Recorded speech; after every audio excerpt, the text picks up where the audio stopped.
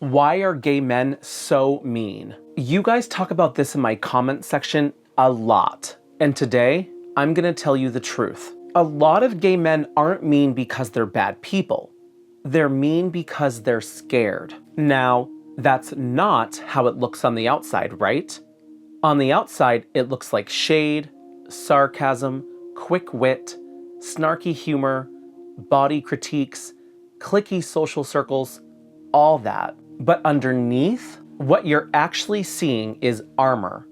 It's protection. Because so many of us grew up in environments where the world taught us early that we weren't safe, that we were too feminine, too emotional, too weird, too something. So we learned to scan for danger.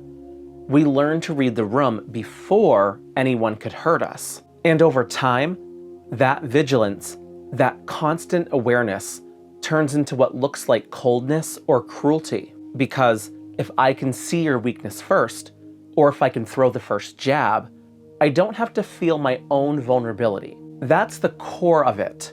We learn to wound first so we wouldn't be wounded. When you look at gay male culture through that lens, suddenly a lot of it starts to make sense. The obsession with image, status, the body, the brand, the follower count, the parties, all of that is often a way of managing shame. It's not really about ego.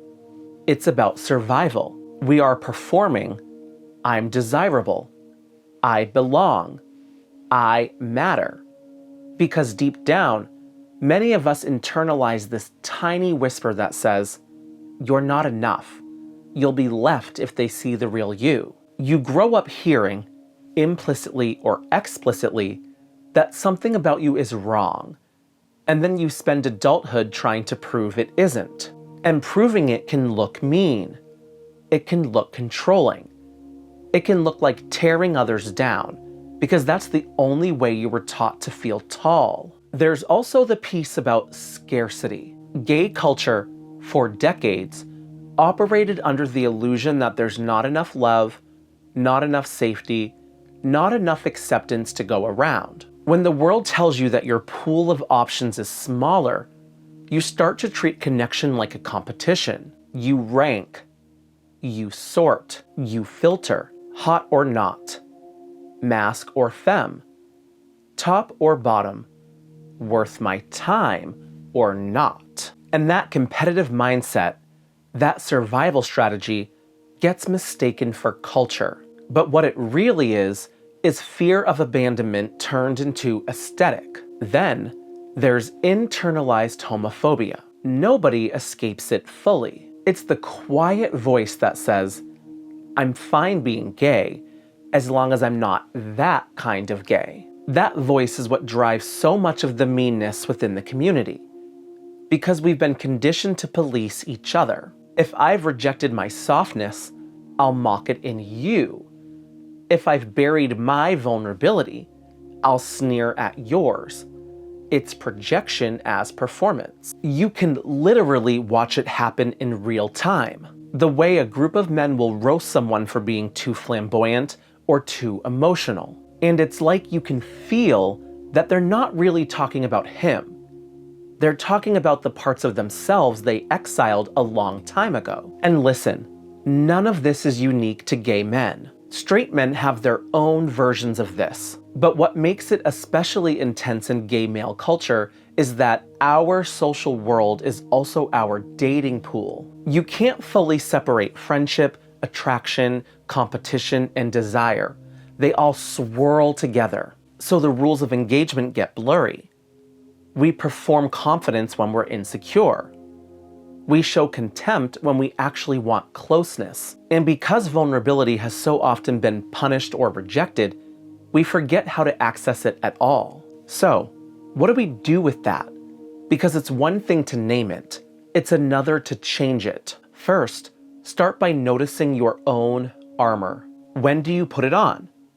When do you get sharp, sarcastic, or distant? Usually, if you pause, you'll find that right under that reaction is something softer. Hurt, envy, loneliness. The work isn't to get rid of those feelings. It's to get better at staying with them without discharging them as cruelty. That's the emotional gym. Staying present with discomfort long enough for it to transform into truth. Then, there's the piece about community repair. We've normalized bonding through gossip, through critique, through roasting. We call it reading or shade. But often it's low-grade bullying that we've dressed up as camp. We do it because it's safer to connect through judgment than through tenderness. But that habit corrodes trust. So what if instead we practiced bonding through curiosity, through genuine praise, through saying, "I'm proud of you," or "I felt intimidated and I want to understand that." They sound like small shifts, but they're radical. And look, this isn't a call-out. It's an invitation. Because meanness isn't fixed by policing. It's healed by safety. When people feel safer in their bodies, in their friend groups, in the culture, they don't have to perform so hard. They can afford to be kind. That's why healing work helps. That's why groups, somatic work, mindfulness, connection, all of it matters. It teaches the nervous system that you can survive vulnerability. And once your body learns that, everything else changes. The way you date, the way you speak, the way you look at other men, it all softens. So, if you want to start shifting this dynamic in your own life, here's the real takeaway. Stop trying to be nicer. Start trying to be safer. Because when people feel safe, they can naturally become kinder. The sarcasm fades, the cruelty melts, and you begin to see that underneath all the shade and armor, gay men are some of the most creative, resilient, loyal, and emotionally intelligent people on the planet. We just need permission to drop the shield. Thanks for watching. If you're a gay man and these conversations speak to you, go ahead and hit subscribe. I post new videos every week about the things we go through.